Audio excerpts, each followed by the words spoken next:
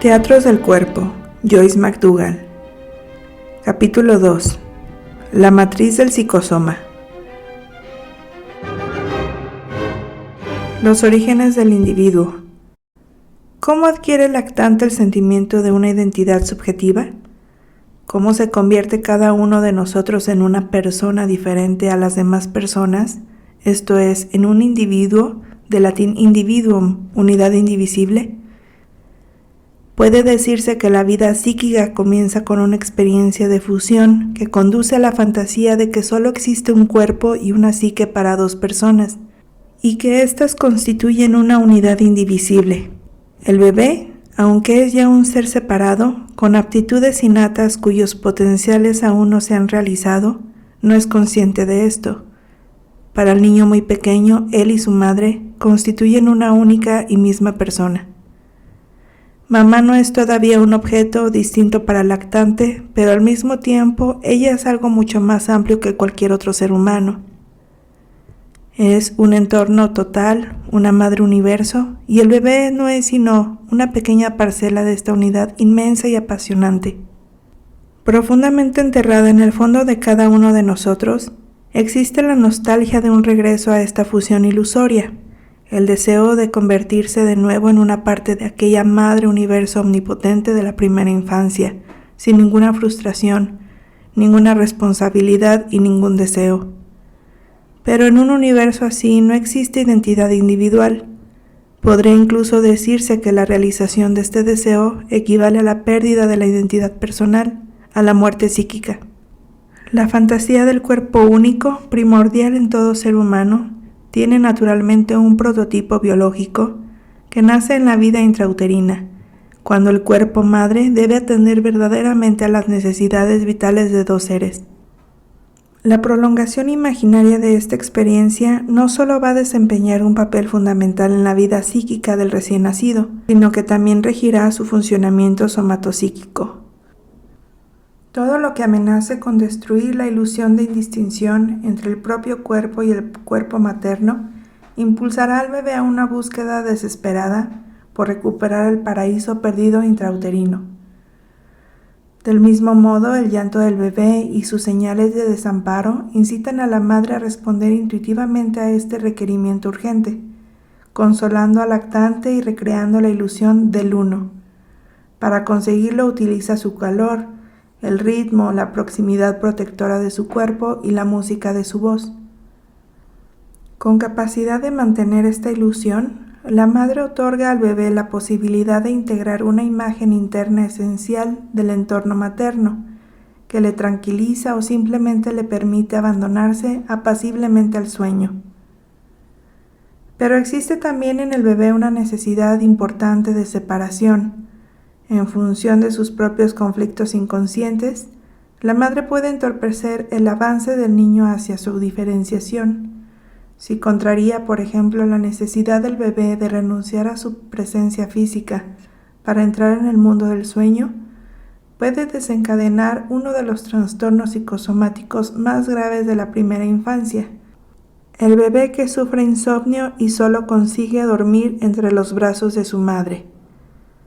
Cuando la relación madre-hijo es suficientemente buena, good enough, según la terminología de Winnicott, a partir de la matriz somatopsíquica original se desarrollará una diferenciación progresiva en la estructuración psíquica del niño pequeño entre su propio cuerpo y esta primera representación del mundo externo, que es el cuerpo materno, el pecho universo. Paralelamente, lo psíquico irá distinguiéndose poco a poco en la mente del niño de lo somático. Esta lenta desomatización de la psique se acompaña a partir de entonces de una doble búsqueda psíquica, fusionarse completamente con la madre universo y al mismo tiempo diferenciarse completamente de ella.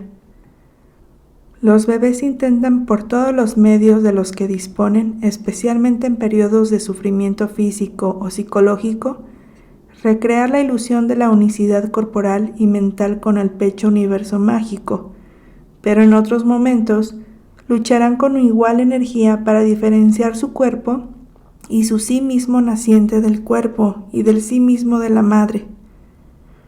Mientras los deseos inconscientes de la madre no le lleven a contrarrestar esta tendencia universal a la función y a la diferenciación, cada bebé, utilizando los diferentes procesos psicológicos de la internalización de que dispone la psique, incorporación, introyección e identificación, construye primero una imagen del entorno materno y luego una representación mental de la madre misma como figura tranquilizante y acogedora, capaz de calmar las tormentas afectivas del bebé y de modificar su sufrimiento sin contrariar su constante deseo a acceder a la autonomía somática y psíquica. Esto pondrá los cimientos de una identificación ulterior en el mundo interno del bebé con una imago atenta y reconfortante, beneficiando la constitución de su propio yo. Los orígenes del universo simbólico.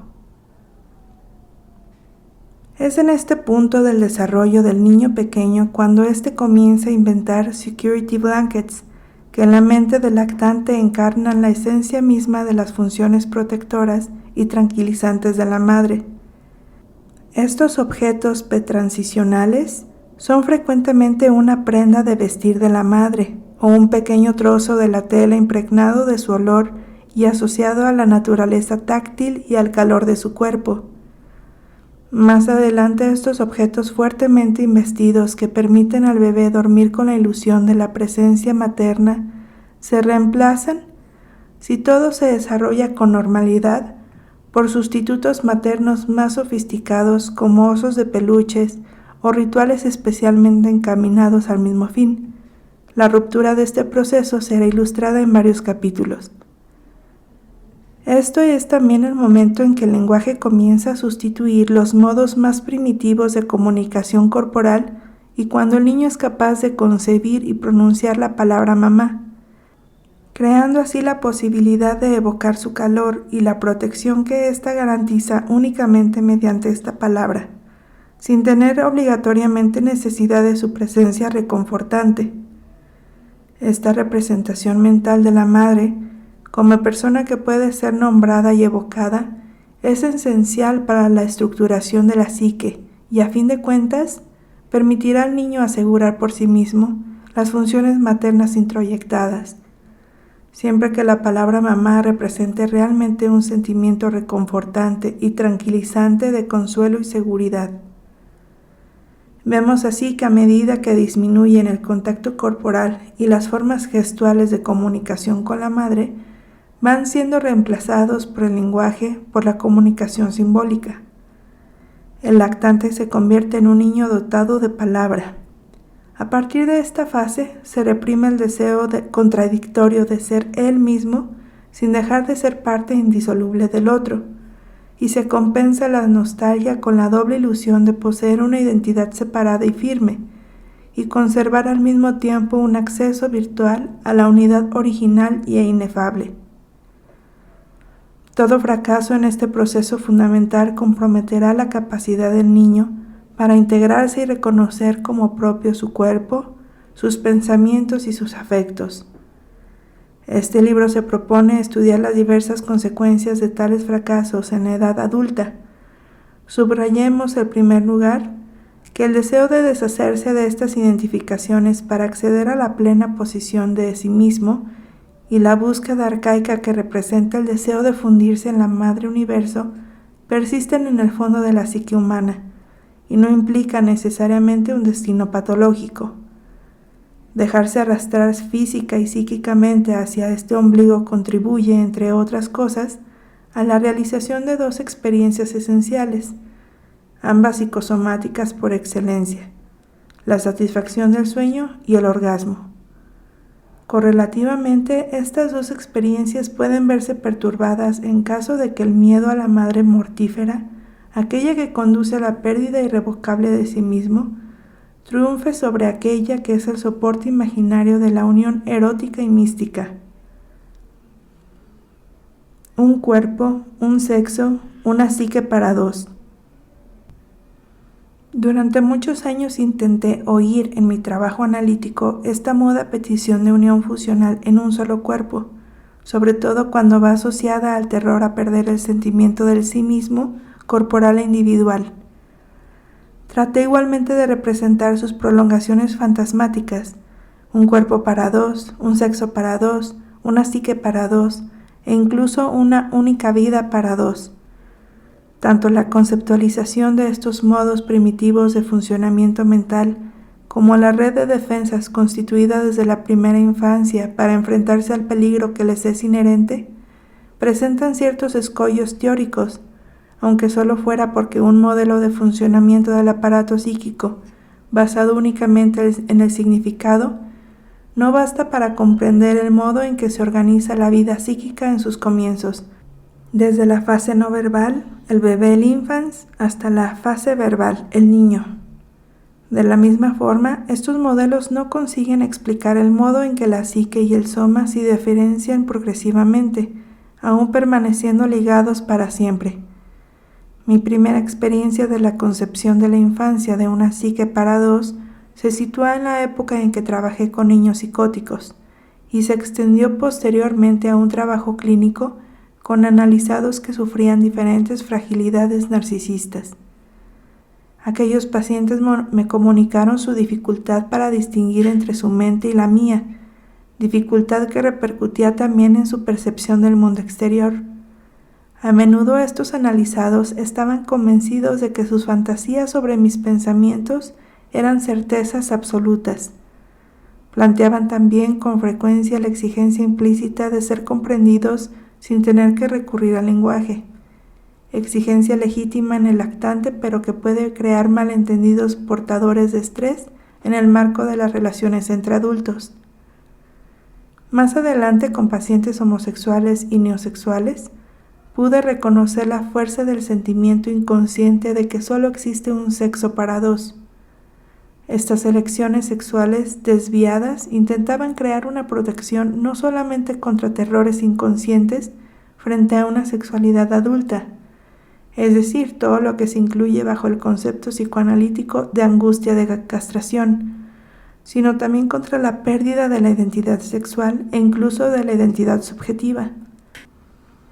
La apropiación imaginaria del sexo de la pareja revela invariablemente la recuperación fantasmática de su propia integridad sexual, que sofoca la angustia de castración y que tranquiliza al sujeto contra el miedo más primitivo de la pérdida de los límites corporales o del sentido de la integridad personal.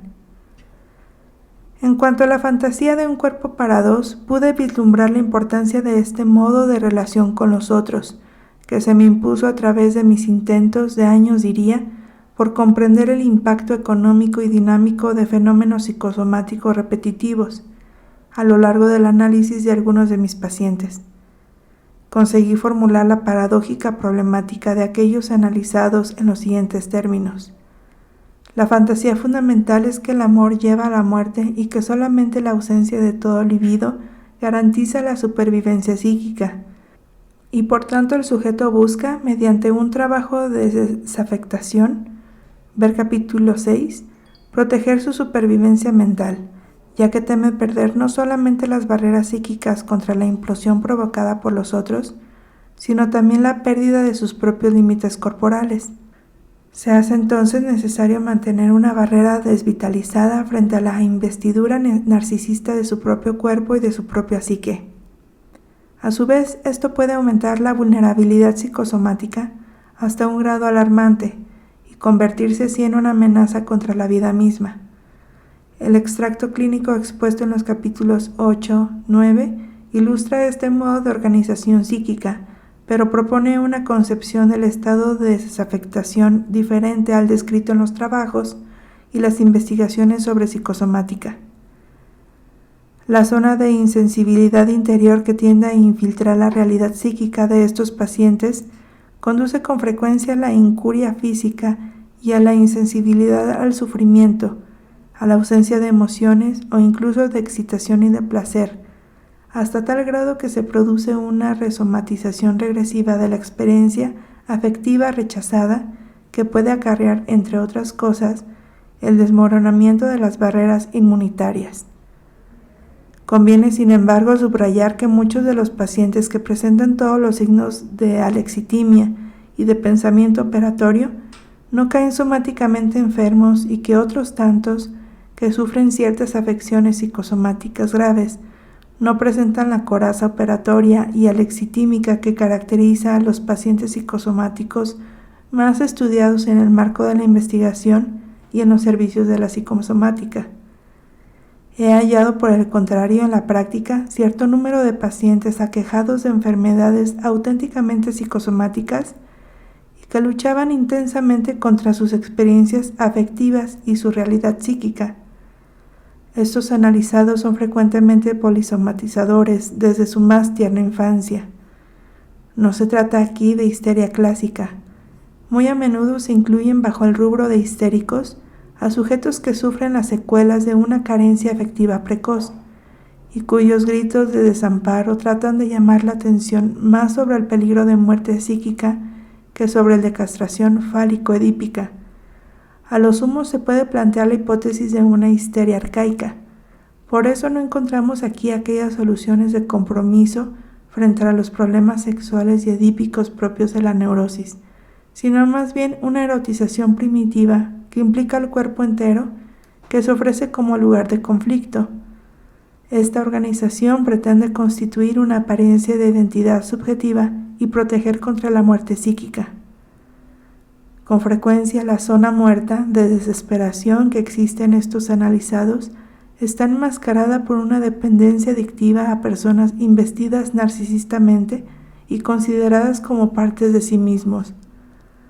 Toda perturbación en la relación con estos objetos del self puede sumir al paciente en una angustia extrema, acompañada por un recrudecimiento de los síntomas psicosomáticos.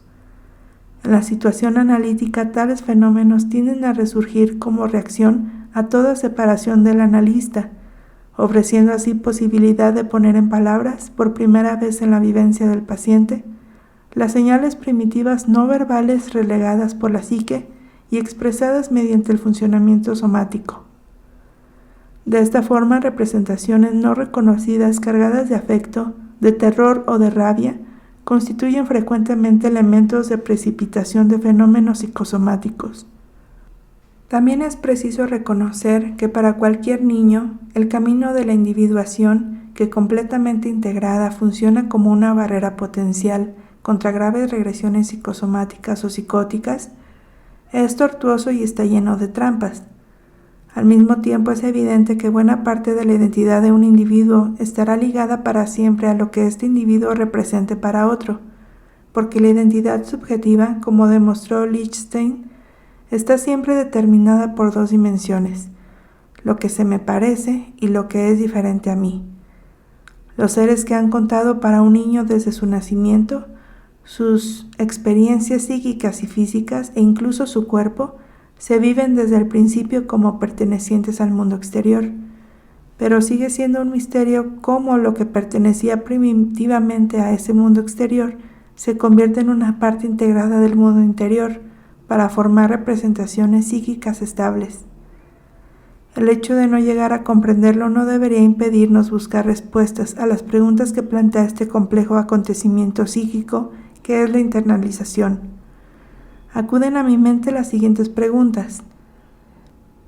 ¿Cómo consigue un niño pequeño adquirir una representación de su propio cuerpo y tomar conciencia de que este cuerpo es únicamente suyo? ¿Y cuáles son las consecuencias cuando esta apropiación psíquica no se efectúa verdaderamente? ¿Cómo se convierte la identidad sexual en una representación psíquica segura? ¿Y qué es lo que permite adquirir la convicción de que nuestro aparato genital es también una posesión personal y única, convicción afianzada por la certeza de que no es, por ejemplo, propiedad de los padres? Y la psique en todo esto, ¿cómo consigue comprender el niño que su mente es la cueva del tesoro de la que es único propietario, disfrutando con pleno derecho de los pensamientos, los sentimientos y los secretos íntimos que contiene? Desde Freud disponemos de modelos tópicos y económicos que la organización edípica en su vertiente fálico-genital que no cesan de enriquecerse en sus aplicaciones clínicas y teóricas. Hemos adquirido en lo que va de siglo una mayor comprensión de los conflictos y los tropiezos en aquellas fases de organización y de estructuración mental que puede crear neurosis y perversiones.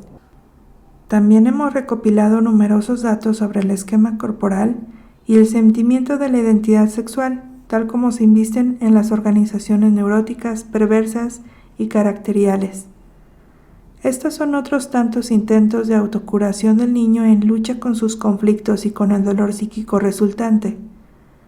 Con ayuda de los modelos psicoanalíticos de los que disponemos, somos capaces de demostrar claramente el modo de emergencia de estas organizaciones, cómo reacciona a lo que los padres han dicho o no han dicho al niño. A partir de aquí podemos describir cómo el niño que sigue viviendo en el individuo adulto ha tratado, durante su infancia, de interpretar los mensajes incoherentes revelados por los deseos y los miedos inconscientes de sus padres. Pero nuestros conocimientos son mucho menores en lo referente a la estructuración precoz de estas representaciones, las infraestructuras predípicas que se perfilan, por ejemplo, tras las organizaciones psicóticas y psicosomáticas. Por consiguiente, también sabemos menos cosas sobre las fragilidades psicóticas y psicosomáticas que existen en todo ser humano.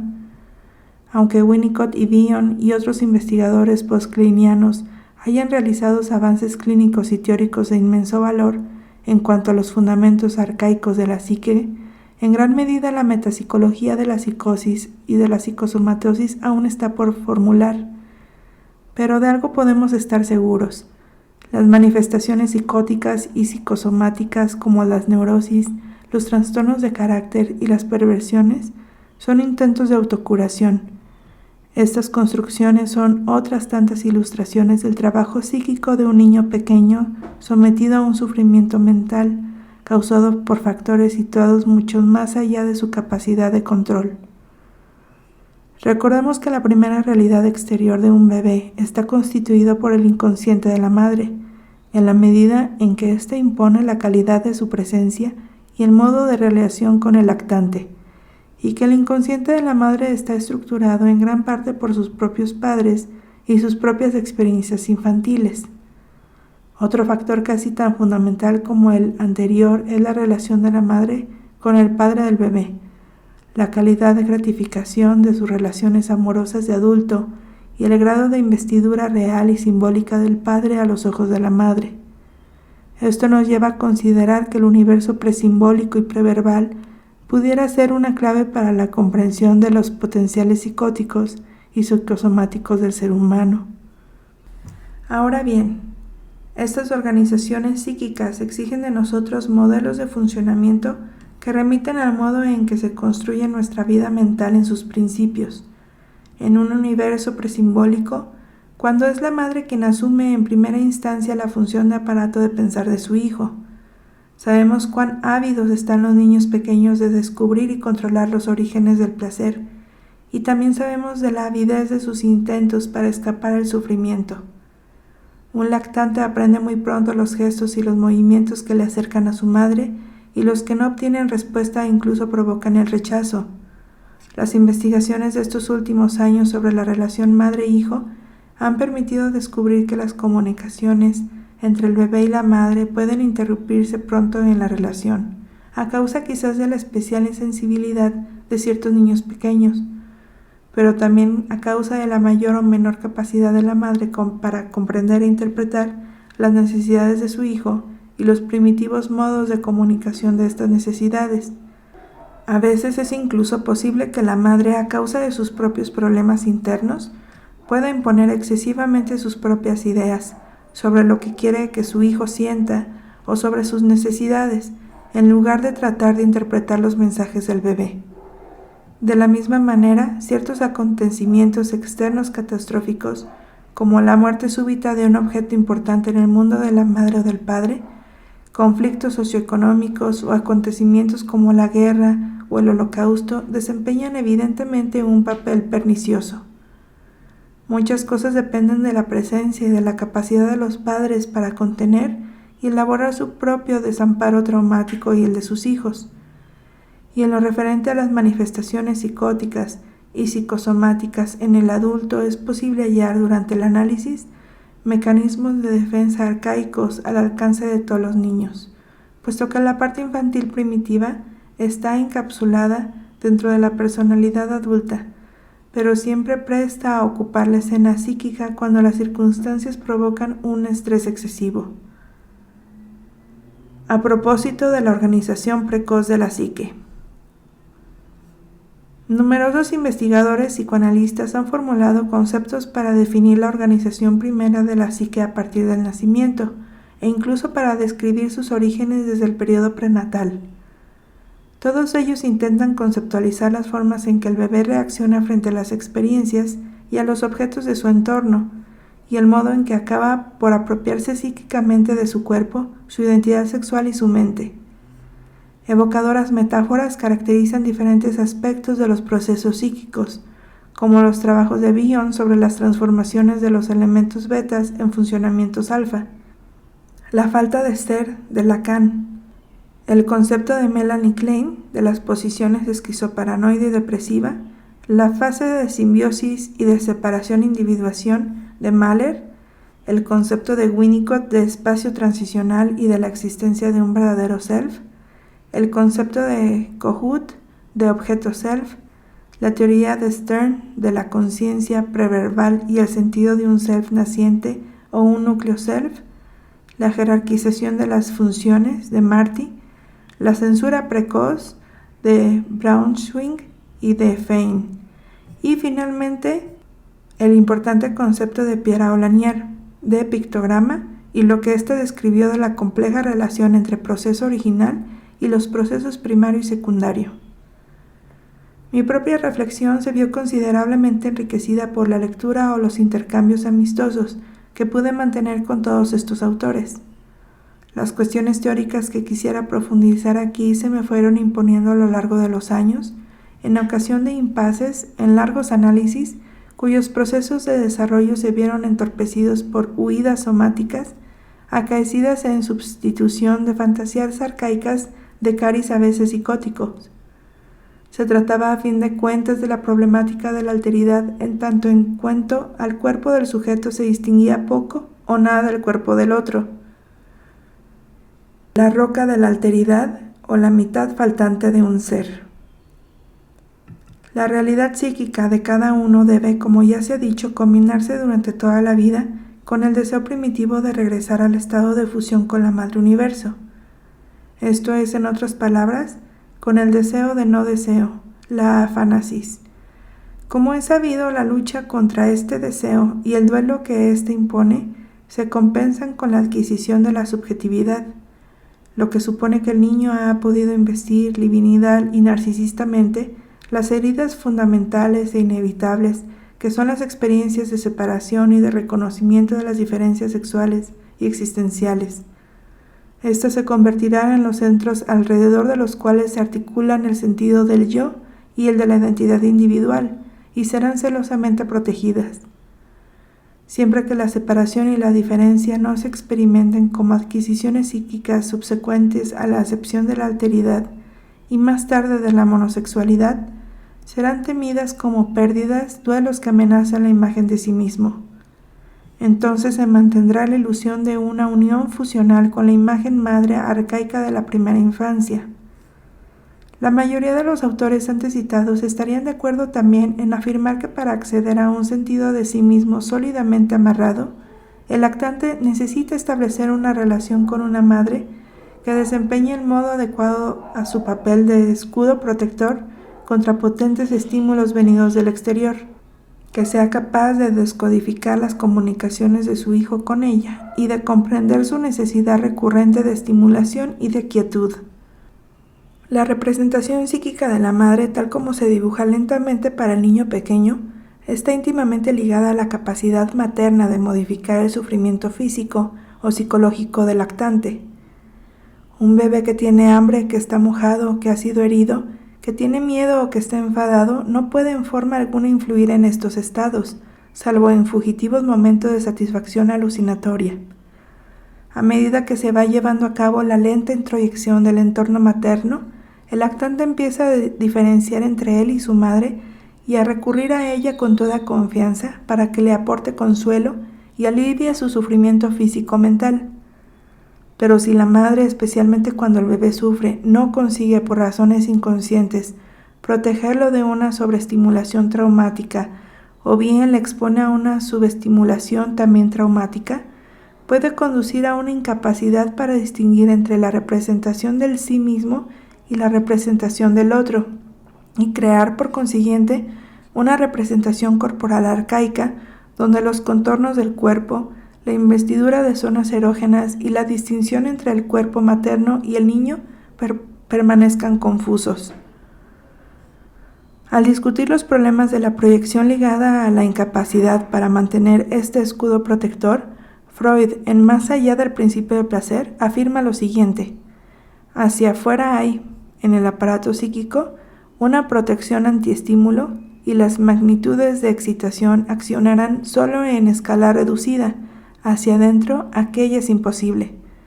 Esta constelación determina natamente dos cosas. La primera, la prevalencia de las sensaciones de placer y displacer, indicio de procesos que ocurren en el interior del aparato, sobre todo los estímulos externos. La segunda, cierta orientación de la conducta respecto de las excitaciones internas que produzcan una multiplicación de displacer demasiado grande. En efecto, se tenderá a tratarlas como si no obrasen desde adentro, sino desde afuera, a fin de poder aplicarlas el medio defensivo de la protección antiestímulo.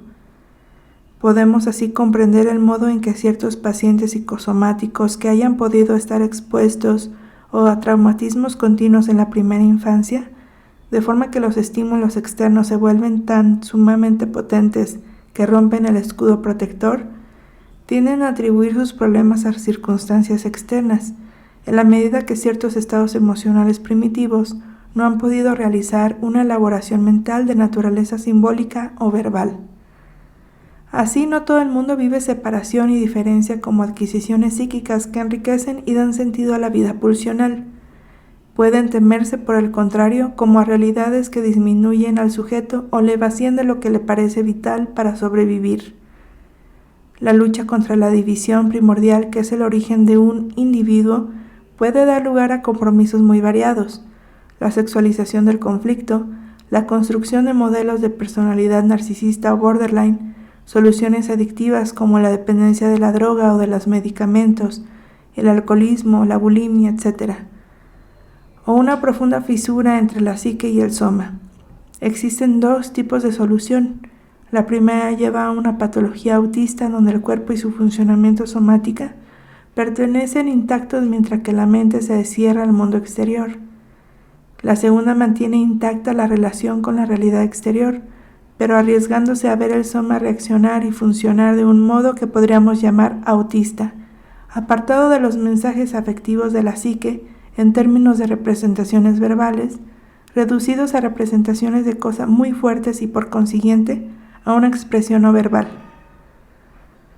Por esta causa y más adelante en la vida, en lugar de reconocer a nivel del pensamiento verbal del dolor psíquico y el conflicto mental que emanan de una fuente de estrés interno o externo, y poderlos de este modo evacuar mediante formas de expresión psíquica como los sueños, la ensoñación, la meditación u otros modos de actividad mental capaces de aliviar o reducir la tensión, dolor y conflicto pueden desembocar en soluciones psicóticas de tipo alucinatorio o descargarse en manifestaciones psicosomáticas como en la primera infancia.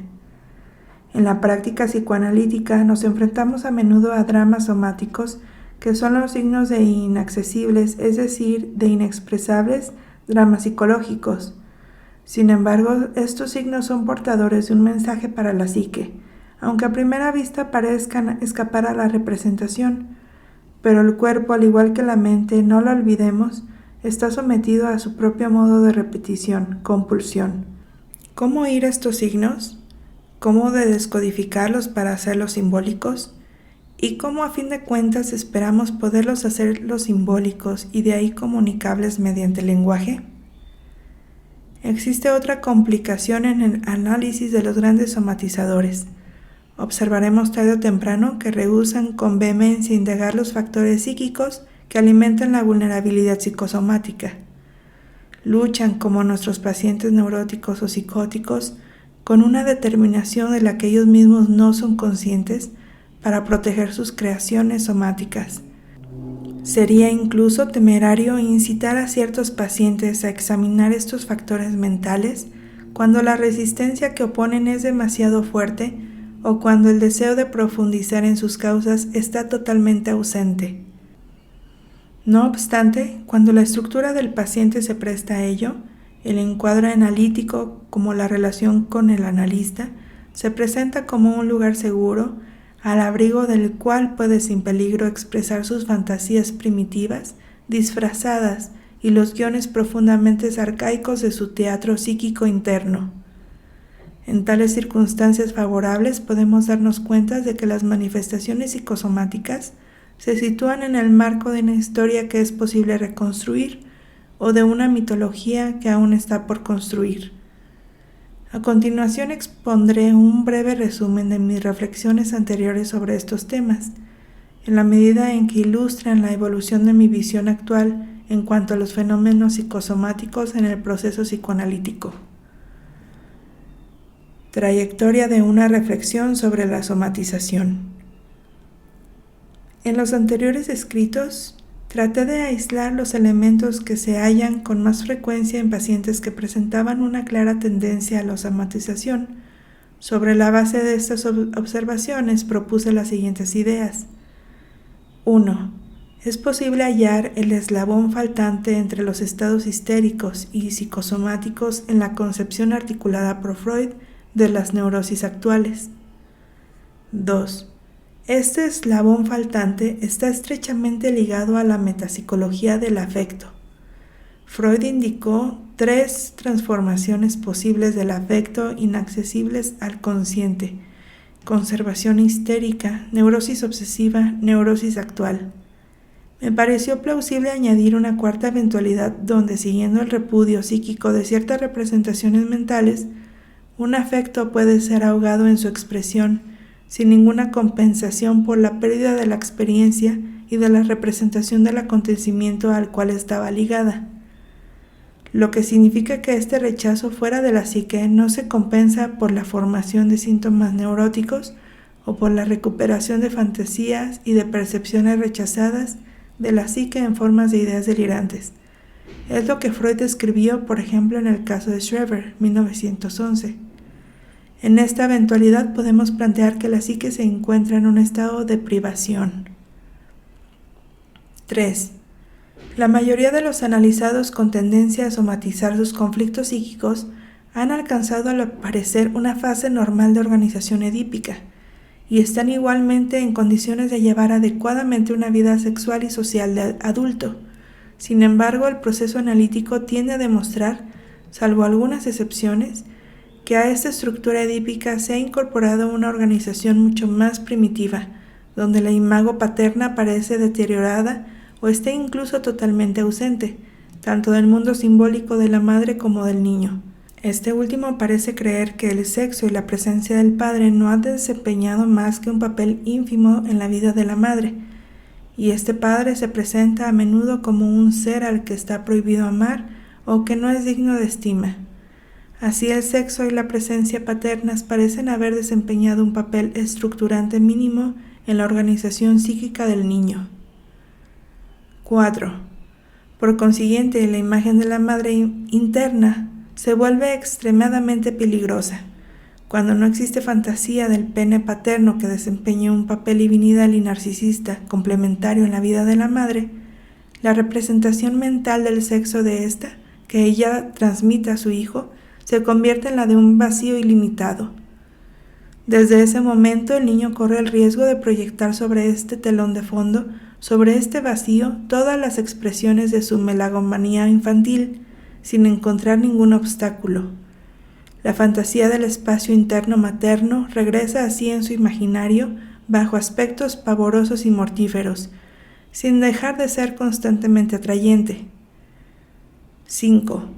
Otra consecuencia de esta estructuración fantasmática es que el pene del padre, desprendido de su papel fálico simbólico, se escinde. Por una parte existe un pene idealizado, más allá de la capacidad del niño para desearlo o para identificarse con él, y por otra parte un pene que es un objeto parcial destructor y persecutorio omnipotente. 6. La imago materna y las fantasías articuladas alrededor del cuerpo de la madre también son heterogéneas y se deciden igualmente en dos: una representación idealizada que ofrece la eterna promesa de una inefable felicidad coexiste con un objeto parcial que lleva la amenaza de la muerte psíquica e incluso física. 7. Esta constelación familiar introyectiva, desequilibrada y ansiógena refleja los conflictos inconscientes y las contradicciones existentes en los mismos padres. En este clima, el niño destinado a la vulnerabilidad psicosomática trae muy a menudo a la escena psicoanalítica recuerdos de precoz autonomía ligada a una objetivación prematura de los primeros objetos. Cuando, por ejemplo, la madre no se ha introyectado en el universo psíquico de su bebé como un universo, fusionada por tanto con el hijo, dando lugar a un estado interno pleno de funciones reconfortantes y protectoras, sino que cuando por el contrario se alcanza demasiado deprisa el estatus de objeto total y separado, esta imagen mental se carga de cualidades omnipotentes e ideales inaccesibles, acompañándose por la instalación de un modo de autonomía demasiado precoz que convierte al niño y al adolescente futuro en víctimas de sentimientos de total inadecuación. El niño pequeño siente la necesidad vital de mantener la ilusión de formar uno con su madre durante un periodo muy largo, lo que hace que la unidad bebé-madre se diferencie gradualmente en una madre y un niño.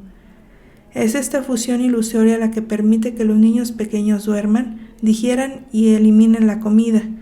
En otras palabras, que funcionen somáticamente sin problemas, aun estando convencidos de que la Madre Universo se encargará de todo. P. Marty también señala la representación de la madre ideal y peligrosa a la que me he referido por un procedimiento clínico diferente. Y al hablar de sujetos alérgicos, Marty observa que una representación de la madre ideal crea un desfase entre una representación de ellos mismos y de la madre, que se traduce por un conflicto interno desgarrador y desorganizador. De acuerdo con mi propia experiencia de analista, las observaciones de Marty sobre los pacientes alérgicos se aplican a la mayoría de los polisomatizadores y se refieren a conflictos extremadamente precoces. 8. Esto nos lleva de nuevo al inconsciente de la madre y a lo que representa para ella el niño en cuestión. Otra consecuencia de la perturbación de la comunicación madre-lactante es una ruptura en la cadena de los fenómenos transicionales normales en la infancia, tal como las ha descrito Winnicott.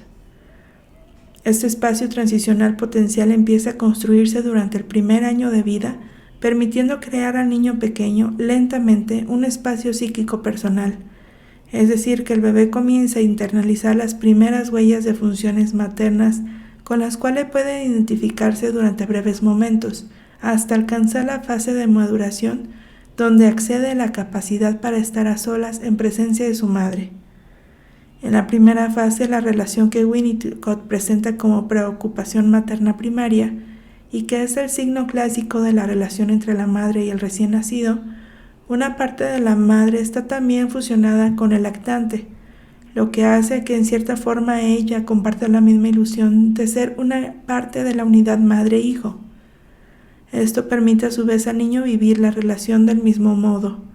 Sin embargo, ciertas madres viven a sus hijos como pequeños cuerpos extraños diferentes a ella. Estos niños se sienten abandonados y presentan a menudo reacciones psicosomáticas precoces. Por el contrario, otras madres no pueden, por su parte, resignarse a abandonar la relación fusional, preparando así y exponiéndose a una situación propicia a problemas de tipo alérgico y a serios trastornos de sueño y del comportamiento alimentario. En cada uno de estos casos, el niño pequeño corre el riesgo de establecer muy difícilmente el sentimiento vitalmente necesario de una identidad separada. Si la madre no llega a crear para su bebé la ilusión de que la realidad exterior y la realidad interior son una misma y una cosa, si no es capaz de entender alternativamente los deseos de fusión, de diferenciación y de individuación de su hijo, corre el riesgo de confrontarlo a las condiciones que más adelante pueden llevarle a la psicosis o a la psicosomatosis. Esto impide entonces que el niño se adueñe psíquicamente de su cuerpo, sus emociones y su capacidad de pensar o de relacionar pensamientos y sentimientos. 10. Inevitablemente, el inconsciente de la madre, tal como se refleja en la representación mental del niño, emerge lentamente durante el tratamiento psicoanalítico del adulto. Las prohibiciones prematuras, prohibición de gestos, de movimientos y de la expresión espontánea de estados emocionales pueden ser captadas muy pronto por el niño pequeño, antes incluso de la adquisición del lenguaje, y se presentan como un importante obstáculo en el trabajo analítico. Alanier ha subrayado la importancia de la prohibición de pensar en los psicóticos y la compara con el doble pensamiento, double think, descrito en La visión aterradora de George Orwell. Los únicos pensamientos autorizados son los de la madre, lo que hace que a fin de cuentas el niño deba levantar su propia visión del mundo para escapar al terror de encontrarse preso en la mente de su madre. En aquellos que no son en modo alguno psicóticos, pero que padecen enfermedades psicosomáticas, he podido observar que en ciertos pensamientos cargados de afectos intolerables para la madre, se convierten en su hijo en pensamientos totalmente prohibidos o cargados de repudio. De la misma forma, ciertas zonas corporales y ciertas funciones fisiológicas no deben representarse o bien deben vaciarse de todo placer, es decir, que queda prohibido investirlas divinidad y narcisistamente, a causa del modo en que han sido investidas por la madre. Un paciente que sufría úlceras gástricas y diversas afecciones neurodermatológicas descubrió a lo largo de su análisis que por primera vez en su vida poseía un ano y las funciones que le son propias. La renegación de una u otra parte del cuerpo o de una u otra función, como el repudio de pensamientos cargados de afecto, constituyen un intento del niño pequeño para impedir la ruptura del indisoluble vínculo madre-bebé. Asimismo, surge la fantasía de que la madre del niño será hecha añicos o dejará de existir si no se mantiene esta identificación primaria. También aquí la imagen de la madre es doble, la de una figura omnipotente y omnipresente y la de una mujer frágil y fácilmente dañable. Cuando persiste la representación de una fusión entre los cuerpos respectivos del niño y de la madre, esto conduce a una renegación casi total de la importancia de los demás, o por el contrario a un estado del pánico ante toda evidencia del estado de separación y de la alteridad. La identificación con una madre cariñosa y solícita está ausente, lo que da origen a menudo a la convicción de que un individuo no es responsable del bienestar de su cuerpo. La fantasía de no ser verdaderamente dueño de su cuerpo, o lo que es lo mismo, la fantasía inconsciente de que su cuerpo está bajo el control del otro, desempeñan un papel importante. Así, tiende a surgir expresiones somáticas en lugar de terrores o deseos psicóticos no reconocidos. Este fracaso en el proceso fundamental del desarrollo del individuo comprometerá inevitablemente la capacidad del niño pequeño para integrar y reconocer como propiedades personales no solamente su cuerpo y sus zonas erógenas, sino también su mente, es decir, sus pensamientos y sus sentimientos. Cuando una elaboración inadecuada y la descarga de la tensión psicológica en un trabajo o una acción psíquica se unen a la incapacidad de ocuparse de sí mismo, observamos que estos pacientes tienden a ignorar las señales de sufrimiento del cuerpo y no consiguen oír las señales de desamparo de la mente. En tales casos, la escisión resultante entre la psique y soma puede tener consecuencias catastróficas. Pierre Martí, hablando de lo que él llama la cadena evolutiva alérgica, formuló la hipótesis de las fijaciones de orden sensoriomotor, cuya naturaleza conocemos mal. Estas, instituyendo posiblemente un sentimiento particular, atípico del propio cuerpo, van a perturbar la organización habitual de las representaciones sucesivas del espacio y el tiempo. Estas perturbaciones serán a su vez responsables en parte del cortocircuito aquí considerable que se producirá a nivel de ciertos sectores del preconsciente y que reducirá ampliamente, si no la hace imposible, la organización de un yo clásico. Volveremos a encontrar algunas de estas características en las ilustraciones psicoanalíticas que voy a utilizar para aclarar mis afirmaciones, con la esperanza de que mi reflexión esclarezca, por poco que sea, estas fijaciones cuya naturaleza conocemos mal. Otro objetivo de esta obra es estudiar el significado inconsciente de los síntomas psicosomáticos y examinar en qué medida estos están ligados a las vicisitudes inherentes al hecho de que convertirse en un individuo y a los fracasos en los procesos de internalización que construyen la identidad subjetiva. He planteado preguntas teóricas que se tratarán más adelante, tras haber meditado sobre aquellas curas analíticas que parecen fracasar porque el conflicto y el dolor psíquico que hubieran debido verbalizarse se expresaron en gran medida a través de descargas somáticas. Desde el punto de vista de la teoría clínica se plantea una primera pregunta: ¿cuál es la relación entre los fenómenos psicosomáticos y la sintomatología de las neurosis y de la psicosis?